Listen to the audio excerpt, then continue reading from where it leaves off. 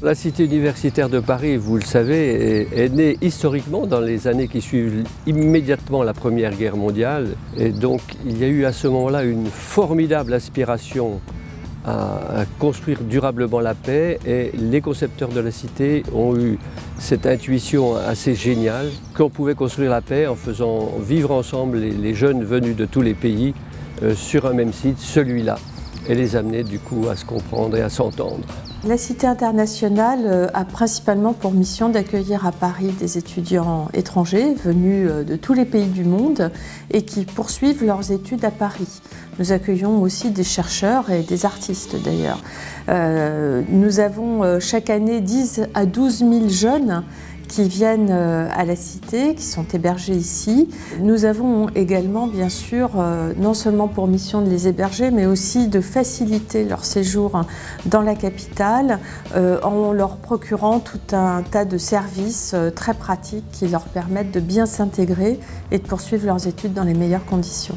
Depuis le Moyen-Âge, l'Université de Paris a toujours accueilli des étudiants du monde entier dans ce qu'on appelait autrefois les collèges des nations. Et lorsque la Cité internationale universitaire de Paris a été créée en 1925, elle a repris cette tradition des universités parisiennes, cette tradition d'accueil. Tout d'abord, il y a un service, je dirais, d'accueil. Quand ils arrivent à Paris, nous les aidons à régler tous leurs problèmes administratifs, leurs papiers, leurs questions d'assurance maladie. Nous les recevons, nous discutons avec eux. C'est vraiment un service personnalisé, je crois que c'est important de le dire. C'est des services de logement avant tout, donc des studios ou des chambres très confortable, mais principalement c'est un foyer d'accueil. C'est un foyer où un étudiant ou un chercheur qui arrive pour la première fois à Paris ne se trouve pas dans le désert. Il se trouve non seulement en centre-ville pratiquement, mais il se trouve aussi dans une communauté qui peut l'accueillir assez facilement et assez chaleureusement. La Cité internationale universitaire de Paris offre un dispositif unique à Paris en matière de campus.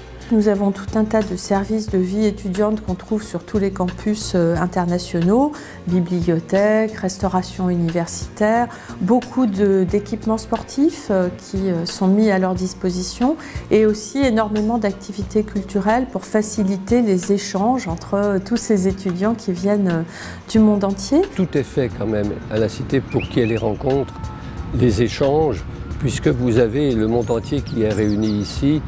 Toute maison, et la nôtre aussi en particulier, offre très souvent des concerts, des colloques, des présentations de livres qui font vivre la maison d'une façon différente d'un hôtel ou d'un lieu d'hébergement qu'on pourrait trouver en ville à Paris.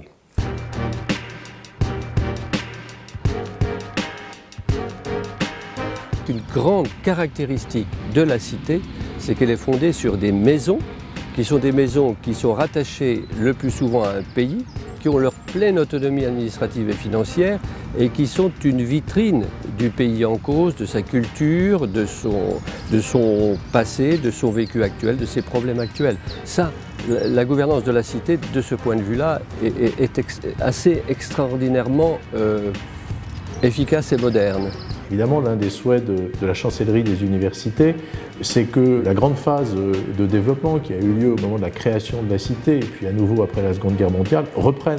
L'État français, effectivement, a signé avec la ville de Paris un accord qui va permettre à la Cité de construire de nouvelles maisons.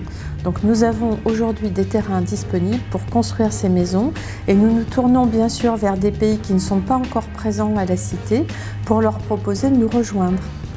Naturellement, l'intérêt de l'Italie depuis toujours, et je pense aussi des autres pays, est celui de créer une communauté scientifique européenne, voire mondiale. Pour un pays, avoir sa maison à la Cité, à Paris, c'est d'abord être un centre lui-même de manifestations, d'organisation d'événements, sur le plan artistique, mais aussi sur le plan universitaire. Et donc, il est représenté en quelque sorte officiellement à Paris au niveau universitaire et scientifique.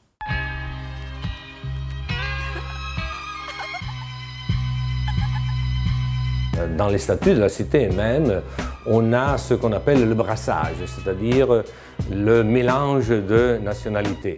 À la Maison d'Italie, comme partout, on a 50% d'étudiants italiens et l'autre 50% appartient à différentes nationalités. Chaque année, on a entre les 20 ou 30 nationalités. Et ceci est très important car permet d'ouvrir la maison à d'autres étudiants d'autres nationalités.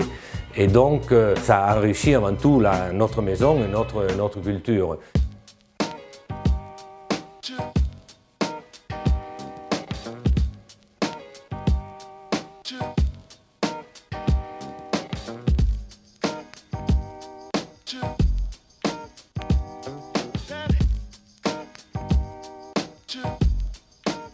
C'est un endroit extrêmement original qui a une longue histoire de favoriser les échanges entre tous les pays, qui s'inscrit donc dans une volonté de solidarité, de reconnaissance des cultures de chacun, d'expression de ces cultures. Ce sont des générations plus soucieuses de la solidarité.